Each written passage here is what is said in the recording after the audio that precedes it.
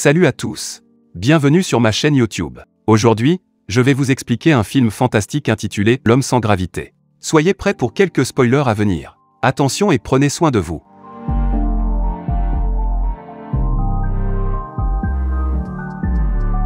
Le film commence alors que nous voyons une femme nommée Natalia et sa mère, Alina, traverser une tempête jusqu'à l'hôpital. La femme est en travail. Dans la douleur, elle supplie sa mère de conduire vite. Lorsqu'ils arrivent à l'hôpital, une infirmière à l'accueil les informe qu'aucun médecin n'est disponible pour le moment. Alors, elle-même aide la femme. Natalia accouche enfin mais le bébé ne pleure pas.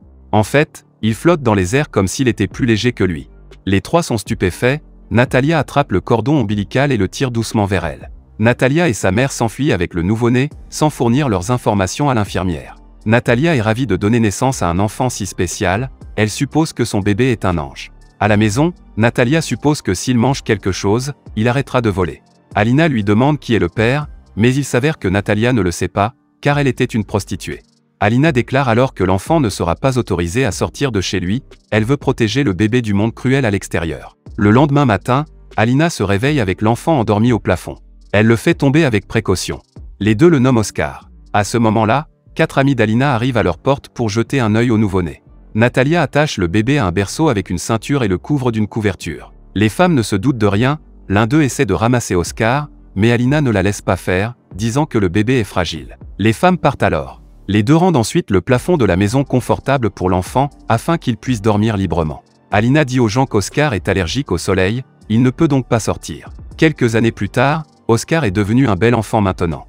Il n'est toujours pas autorisé à sortir de la maison par sa grand-mère. Sa vie quotidienne consiste à regarder les gens par la fenêtre et à regarder Batman à la télévision.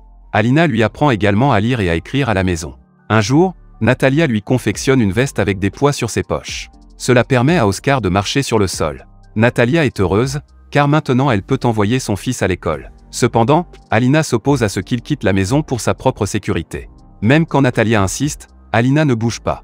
Un jour, Oscar est seul dans sa maison, lorsqu'il ouvre la fenêtre et essaie d'en sortir. Quand Alina et Natalia reviennent, elles sont choquées de voir la fenêtre ouverte. Au départ, ils pensaient qu'Oscar s'était enfui de chez lui, mais apparemment, la veste d'Oscar était tombée de lui et il était coincé au plafond. Ne prenant aucune chance plus loin, Alina commence à fermer définitivement les fenêtres, mais Natalia en a assez, elle veut que son enfant aille dehors et regarde le monde réel. Elle se bat avec sa mère et emmène Oscar dehors cette nuit-là. Pendant leur promenade, elle lui dit de garder son pouvoir secret, pour se protéger des méchants. Il boite en marchant, car il n'a pas beaucoup marché dans la vie.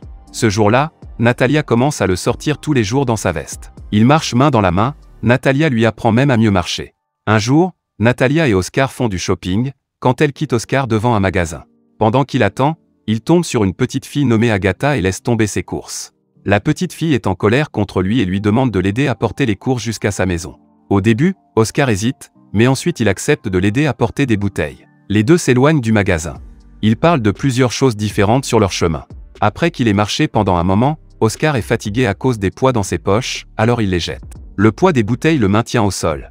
Mais quand ils arrivent chez Agatha, elle lui demande les bouteilles. Sachant qu'il s'envolera sans eux, Oscar refuse. Les deux tirent sur les bouteilles et finissent par les laisser tomber.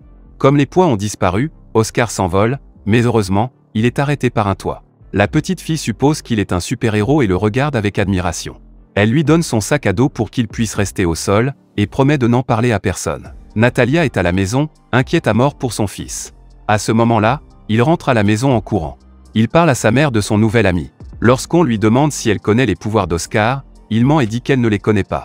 Dès le lendemain, Agatha et Oscar jouent ensemble. Elle vient à Oscar tous les jours pour des rendez-vous de jeu.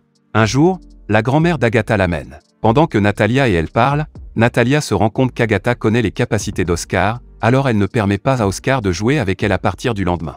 Agatha visite la maison d'Oscar tous les jours, mais Natalia trouve toujours une excuse pour la renvoyer. Un jour, Agatha amène sa grand-mère chez Oscar. Natalia les congédie en disant qu'Oscar doit faire ses devoirs, mais Agatha révèle qu'Oscar ne va pas à l'école. La grand-mère, avec d'autres dames de la ville, appelle la police chez Natalia. Ils demandent à Natalia et Alina d'admettre Oscar dans une école, les deux sont d'accord. C'est maintenant le premier jour d'école d'Oscar, Natalia l'accueille, mais se rend compte que les enfants sont censés garder leur sac à dos et leur pardessus à l'extérieur. Attristée, elle le ramène à la voiture, et il rentre à la maison. Il décide finalement de déménager dans une ville éloignée pour éviter que quiconque vérifie l'état d'Oscar. Quelques années plus tard, Oscar a grandi maintenant. Alina était décédée. La mère et le fils ont déménagé dans les montagnes et y vivent une vie normale. Oscar a toujours son sac à dos avec lui. Un jour, Oscar voit une publicité à la télévision sur une émission de talent. L'annonceur exhorte tous ceux qui ont un talent unique à auditionner pour l'émission. Il veut participer au spectacle pour montrer son talent, alors il décide de quitter la ville sans le dire à sa mère. Quelques jours plus tard, Oscar est au concours de talent où il montre à tout le monde ses capacités de vol. Tout le monde est étonné. Certains supposent qu'Oscar est un ange. Oscar attire l'attention d'un découvreur de talent nommé David, qui propose à Oscar d'être une célébrité. David lui dit qu'il sera appelé à des émissions de télévision pour montrer son talent. Le plus grand rêve d'Oscar est d'avoir un livre écrit sur lui, et David promet d'y arriver. Sans hésiter, Oscar signe un contrat avec David. Puis David lui donne le titre « Un homme sans gravité » comme nom de scène. Après avoir signé le contrat, David lui fait cadeau d'une luxueuse maison. Il veut que sa mère reste aussi dans la maison, mais David l'interdit. Le lendemain, Oscar commence à se produire dans des émissions de télévision et à apparaître comme mannequin dans des magazines. Alors qu'il continue de s'épanouir, au début, il aime la vie urbaine amusante, mais peu à peu, il commence à se sentir vide et ennuyé. Il commence à gagner beaucoup de fans. Pour rendre Oscar encore plus célèbre, David crée délibérément de fausses histoires sur Oscar. Il crée même un musée sur Oscar, où il expose des objets aléatoires comme ses biens pour en tirer profit. Plus tard, Oscar proteste contre la diffusion de fausses informations par les médias à son sujet. Il ne veut plus vivre sa vie comme ça. Il s'ennuie de la vie de la célébrité, alors il demande à David de résilier le contrat. Mais juste à ce moment-là, David mentionne un éditeur qui souhaite rencontrer David pour écrire un livre sur lui. En entendant cela, il change d'avis, son rêve de faire écrire un livre sur lui prend enfin vie. Il est plus que ravi. Cependant, lorsqu'il va rencontrer l'auteur et l'éditeur, il apprend qu'ils sont simplement intéressés à vendre autant de livres que possible à des fins lucratives. Ils veulent exagérer l'histoire de sa vie, le décrivant comme extrêmement pauvre dans son enfance et ajoutant de fausses histoires. En entendant cela, Oscar refuse de travailler avec l'éditeur. Le lendemain, David invite la mère d'Oscar, car il sait qu'elle lui manque. Elle arrive à une fête qui se déroule chez Oscar. Natalia a ramené à la maison des citations de motivation qu'Oscar avait l'habitude de recueillir. Natalia est ravie de voir son fils, mais Oscar est visiblement triste. Le lendemain, Oscar fait une erreur en apparaissant sur une émission télévisée en direct. David est furieux contre lui. Oscar révèle qu'il ne veut plus être l'homme sans gravité. Il demande à David de simuler sa mort afin qu'il puisse vivre une vie paisible. La nouvelle se répand comme une traînée de poudre. Tout le monde parle de la mort d'Oscar, des journalistes viennent tous les jours chez Oscar pour essayer d'interviewer sa mère. Les jours passent et Oscar a changé son identité en Desky. Il change d'apparence et prétend être handicapé, il peut donc s'attacher à un fauteuil roulant lorsqu'il sort. Desky travaille maintenant comme réceptionniste, dans un hôtel célèbre pour les prostituées. Un soir de Noël, toutes les pièces sont vides sauf une. Desky va voir la personne dans la pièce. Il y trouve la nouvelle prostituée, qui lui dit que tout va bien. Alors qu'il est sur le point de partir, la femme appelle Desky par son vrai nom, Oscar. Oscar est surpris.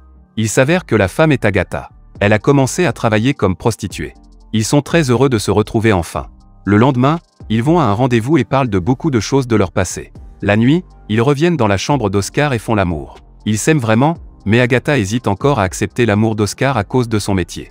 Ils se battent énormément à propos de la situation et Oscar s'en va. Le lendemain, Oscar retourne dans sa vieille ville pour constater que l'endroit est désert. Le musée qu'ils ont ouvert pour exposer les effets personnels d'Oscar a également été fermé. Il rentre dans son ancienne maison et y reste un moment quand soudain quelqu'un frappe à la porte. C'est Agatha habillée comme elle-même plus jeune. En la voyant ainsi, Oscar sourit. Quelques années plus tard, Oscar et Agatha sont mariés et vivent dans la maison d'enfance d'Oscar.